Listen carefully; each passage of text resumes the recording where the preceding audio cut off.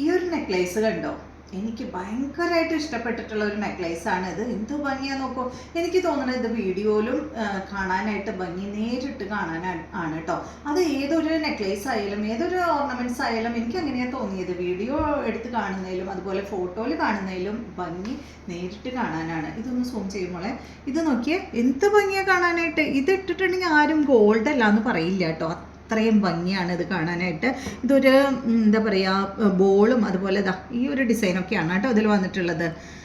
ഇപ്പോൾ ഇത്രയും റേറ്റ്, ഗോൾഡിന് ഇത്രയും റേറ്റ് കൂടി നിൽക്കണ ഈ ഒരു സമയത്ത് നമുക്കൊന്നും സാധാരണക്കാർക്ക് ഭയങ്കര ബുദ്ധിമുട്ടാണ് അല്ലേ, ഈ ഗോൾഡൊക്കെ ഇതുപോലെ ഓരോന്നെടുത്ത് ഇടാനായിട്ട്.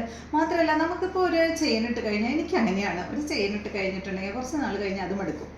അപ്പോൾ ഇങ്ങനെ ഉള്ളതൊക്കെ വാങ്ങി വെച്ച് കഴിഞ്ഞാൽ നമുക്ക് മാറി മാറി ഇടാമല്ലോ. ഇതിനൊന്നും അധികം റേറ്റ് വരുന്നില്ല. ഇതിൻ്റെ റേറ്റ് വരുന്നത് 559 ആണ് ഈ ഒരു സെറ്റിൻ്റെ റേറ്റ് വരുന്നത്. ഇത് നമ്മൾ എടുക്കാൻ പോയപ്പോഴാണ് നമ്മൾ മനസ്സിലാക്കിയത് ഇതിനൊക്കെ ഇത്രയും റേറ്റ് ഉള്ളൂ.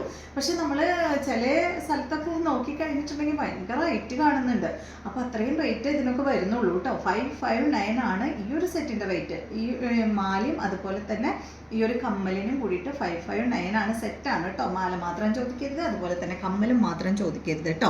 കണ്ട, ഇതിൻ്റെ കമ്മൽ സിമ്പിളായിട്ടുള്ളൊരു കമ്മലാണ്. ഇത് സിമ്പിളായിട്ടുള്ള ഒരു ചെയിനല്ല, ഒരു നെക്ലേസ് അല്ലേ.